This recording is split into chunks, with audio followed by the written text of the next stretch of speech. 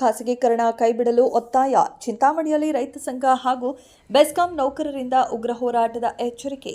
ರಾಜ್ಯ ಸರ್ಕಾರವು ಕೃಷಿ ಪಂಪ್ ಸೆಟ್ಗಳಿಗೆ ಮೀಟರ್ ಅಳವಡಿಸುವ ಮತ್ತು ವಿದ್ಯುತ್ ವಲಯವನ್ನು ಖಾಸಗೀಕರಣಗೊಳಿಸುವ ನಿರ್ಧಾರವನ್ನು ಕೂಡಲೇ ಕೈಬಿಡಬೇಕೆಂದು ಆಗ್ರಹಿಸಿ ಕರ್ನಾಟಕ ರಾಜ್ಯ ರೈತ ಸಂಘ ಮತ್ತು ಹಸಿರು ಸೇನೆಯ ಚಿಂತಾಮಣಿ ತಾಲೂಕು ಸಮಿತಿ, ಬೆಸ್ಕಾಂ ನೌಕರರ ಸಂಘ ಹಾಗೂ ಕರ್ನಾಟಕ ರಾಜ್ಯ ಅನುಮತಿ ಪಡೆದ ವಿದ್ಯುತ್ ಗುತ್ತಿಗೆದಾರರ ಸಂಘದ ಜಂಟಿ ಆಶ್ರಯದಲ್ಲಿ ಇಂದು ನಗರದಲ್ಲಿ ಬೃಹತ್ ಪ್ರತಿಭಟನಾ ಮೆರವಣಿಗೆಯನ್ನು ಹಮ್ಮಿಕೊಳ್ಳಲಾಗಿತ್ತು. ಚಿಂತಾಮಣಿ ನಗರದ ಪ್ರವಾಸಿ ಮಂದಿರದ ಆವರಣದಲ್ಲಿ ಜಮಾವಣೆಗೊಂಡ ನೂರಾರು ಪ್ರತಿಭಟನಾಕಾರರು ನಗರದ ಪ್ರಮುಖ ಬೀದಿಗಳಲ್ಲಿ ಸರ್ಕಾರದ ವಿರುದ್ಧ ವಿವಿಧ ಘೋಷಣೆಗಳನ್ನು ಕೂಗುತ್ತಾ ರ್ಯಾಲಿಯನ್ನ ನಡೆಸಿದರು. ತದನಂತರ ತಾಲೂಕು ಕಚೇರಿಗೆ ಮುತ್ತಿಗೆ ಹಾಕಿ ತಹಶೀಲ್ದಾರ್ ಸುದರ್ಶನ್ ಯಾದವ್ ಅವರ ಮೂಲಕ ಮುಖ್ಯಮಂತ್ರಿಗಳಿಗೆ ಮತ್ತು ರಾಜ್ಯಪಾಲರಿಗೆ ಮನವಿ ಪತ್ರವನ್ನು ಸಲ್ಲಿಸಿದರು. ಮನವಿ ಸಲ್ಲಿಸಿದ ಬಳಿಕ ಮಾತನಾಡಿದ ರೈತ ಸಂಘದ ತಾಲೂಕು ಅಧ್ಯಕ್ಷ ಎಂ ರಾಮನಾಥ ರೆಡ್ಡಿ, ರಾಜ್ಯದಲ್ಲಿ ಬಹುತೇಕ ರೈತರು ಮಳೆಯಾಶ್ರಿತ ಕೃಷಿಯನ್ನೇ ಅವಲಂಬಿಸಿದ್ದಾರೆ, ನಂಬಿದ್ದಾರೆ. ಇನ್ನು ಕೆಲವರು 1800ರಿಂದ 2000 ಅಡಿಗಳಷ್ಟು ಆಳದ ಕೊಳವೆ ಬಾವಿಗಳನ್ನು ಕೊರೆದು ಕಷ್ಟಪಟ್ಟು ಬೆಳೆಯುತ್ತಿದ್ದಾರೆ. ಮಾರುಕಟ್ಟೆಯಲ್ಲಿ ವೈಜ್ಞಾನಿಕ ಬೆಲೆ ಇರುವುದರಿಂದ ಈಗಾಗಲೇ ರೈತರು ತೀವ್ರ ಸಂಕಷ್ಟ ಅನುಭವಿಸಿ ಆತ್ಮಹತ್ಯೆಗೆ ಶರಣಾಗುತ್ತಿದ್ದಾರೆ. ಇಂತಹ ಸಂದರ್ಭದಲ್ಲಿ ಕೃಷಿ ಪಂಪ್ಸೆಟ್ಗಳಿಗೆ ಮೀಟರ್ ಅಳವಡಿಸಿ ಖಾಸಗಿ ಪಂಪ್ ಕಂಪನಿಗಳಿಗೆ ಜವಾಬ್ದಾರಿ ನೀಡುವುದನ್ನು ಸರ್ಕಾರ ತಕ್ಷಣ ನಿಲ್ಲಿಸಬೇಕು ಎಂದು ಒತ್ತಾಯಿಸಿದರು.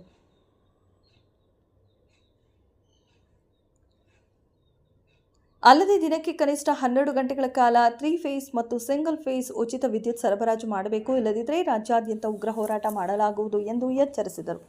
ಬೆಸ್ಕಾಂ ನೌಕರರ ಪ್ರತಿನಿಧಿ ಶಿವಶಂಕರ್ ಮಾತನಾಡಿ, ಖಾಸಗೀಕರಣದಿಂದ ಸಾರ್ವಜನಿಕ ಸೇವೆಯ ಗುಣಮಟ್ಟ ಕುಸಿಯುತ್ತಿದೆ ಮತ್ತು ನೌಕರರ ಉದ್ಯೋಗ ಭದ್ರತೆಗೆ ತೊಂದರೆಯಾಗುತ್ತದೆ. ಟಾಟಾ ಪವರ್ನಂತಹ ಖಾಸಗಿ ಕಂಪನಿಗಳು ಬಂದರೆ ಮೊಬೈಲ್ ರೀಚಾರ್ಜ್ ಮಾಡಿದಂತೆ ಮೊದಲೇ ಹಣ ಪಾವತಿಸಿ ವಿದ್ಯುತ್ ಪಡೆಯಬೇಕಾಗುತ್ತೆ. ಈಗಾಗಲೇ BSNL, ರೈಲ್ವೆ, ಏರ್ಪೋರ್ಟ್ಗಳ ಪರಿಸ್ಥಿತಿ ಏನಾಗಿದೆ ಎಂದು ನಾವೆಲ್ಲ ನೋಡಿದ್ದೇವೆ. ಅದೇ ರೀತಿ ವಿದ್ಯುತ್ ಕ್ಷೇತ್ರವು ಖಾಸಗಿಯವರ ಪಾಲಾದರೆ ರೈತರು ಬೀದಿ ಪಾಲಾಗ್ತಾರೆ ಎಂದು ಆತಂಕ ವ್ಯಕ್ತಪಡಿಸಿದರು.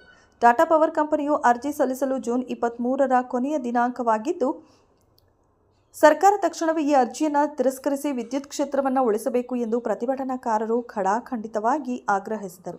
ಪ್ರತಿಭಟನೆಯಲ್ಲಿ ರೈತ ಸಂಘಟನೆಯ ಪ್ರಧಾನ ಕಾರ್ಯದರ್ಶಿ ML Anjaneya Reddy, ಖಜಾನ್ಸಿ N Shekhar, ಚಿಮನಹಳ್ಳಿ G Munireddy, ಅಲ್ಲಾಬಕಾಶ್, Chandrashekhar Reddy, Kathriguppe Narayanaswamy, Reddappa, Anand Reddy, Krishnareddy, KV Chandrappa, BESCOM ನೌಕರರ ಸಂಘ ಮತ್ತು ವಿದ್ಯುತ್ ಗುತ್ತಿಗೆದಾರರ ಸಂಘದ ಪದಾಧಿಕಾರಿಗಳು ಹಾಗೂ ನೂರಾರು ರೈತರು ಭಾಗವಹಿಸಿದ್ದರು. ಮನವಿ ಸ್ವೀಕರಿಸಿದ ತಹಶೀಲ್ದಾರ್ ಇದನ್ನು ಜಿಲ್ಲಾಧಿಕಾರಿಗಳ ಮುಖಾಂತರ ಸರ್ಕಾರಕ್ಕೆ ತಲುಪಿಸಲು ಭರವಸೆ ನೀಡಿದರು.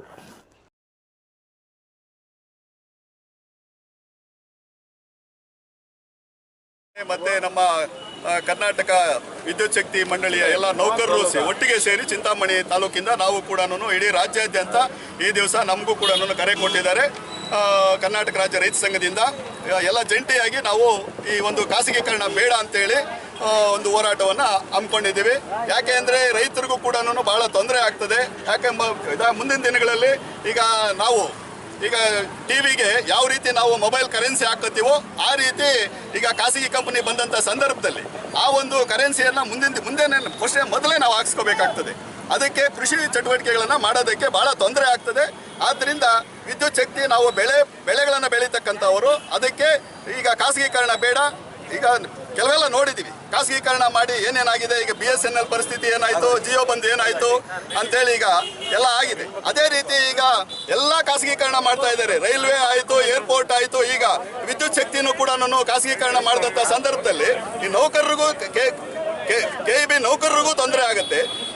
ಹೆಚ್ಚಿನ ರೀತಿಯಲ್ಲಿ ನಮ್ಮ ರೈತರಿಗೆ, ರೈತಾಪಿ ವರ್ಗಕ್ಕೆ ಇದರಿಂದ ಬಹಳ ಅನಾನುಕೂಲ ಆಗ್ತದೆ ಅಂತೇಳಿ ಈಗ ನಾವು ಕೂಡ ಈಗ ಜಂಟಿಯಾಗಿ ಚಿಂತಾಮಣಿ ತಾಲೂಕಿಂದ ಸಾವಿರಾರು ಜನ ಇವತ್ತು ಬೇಡ, ಖಾಸಗೀಕರಣ ಬೇಡ ಅನ್ನೋ ಒಂದು ರೀತಿಯಲ್ಲಿ ಖಡಾಖಂಡಿತವಾಗಿ ಖಂಡಿಸ್ತಾ ಇದ್ದೀವಿ. ನಾಳೆ 23ನೇ ತಾರೀಕೇನು ಎಲ್ಲ ಕೂಡ ಕರೆದಿದ್ದಾರಂತೆ, ಕೊನೆ ದಿನಾಂಕ ಕೊಟ್ಟಿದ್ದಾರೆ. ಅದಕ್ಕೆ ಇವತ್ತು 22ನೇ ತಾರೀಕು ಇಡೀ ರಾಜ್ಯಾದ್ಯಂತ ಎಲ್ಲ ನಮ್ಮ ಕರ್ನಾಟಕ ರಾಜ್ಯ ರೈತ ಸಂಘ ಹಾಗೂ ಮತ್ತೆ KEB ನೌಕರರು ಜಂಟಿಯಾಗಿ ಉಗ್ರ ಹೋರಾಟವನ್ನ ಮಾಡ್ತಾ ಇದ್ದಾರೆ.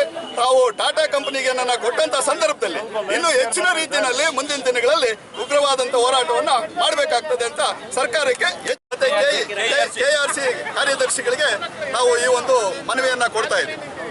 ಅದರಿಂದ ಈ ವಿದ್ಯುತ್ ಶಕ್ತಿ ಕೆಲಸ ಮಾಡೋರೆಲ್ಲ ಅವ್ರಿಗೂ ಅನ್ಯಾಯ ಆಗ್ತಾ ಇದೆ. ನಮ್ಮ ರೈತರಿಗೂ ಮುಂದೆ ಟಾಟಾ ಕಂಪ್ನಿಯವ್ರಿಗೆ ಕೊಡೋದ್ರಿಂದ ರೈತರಿಗೆ ಇನ್ನೂ ವಿಪರೀತ ಲಾಸ್ ಆಗ್ತಾ ಇದೆ.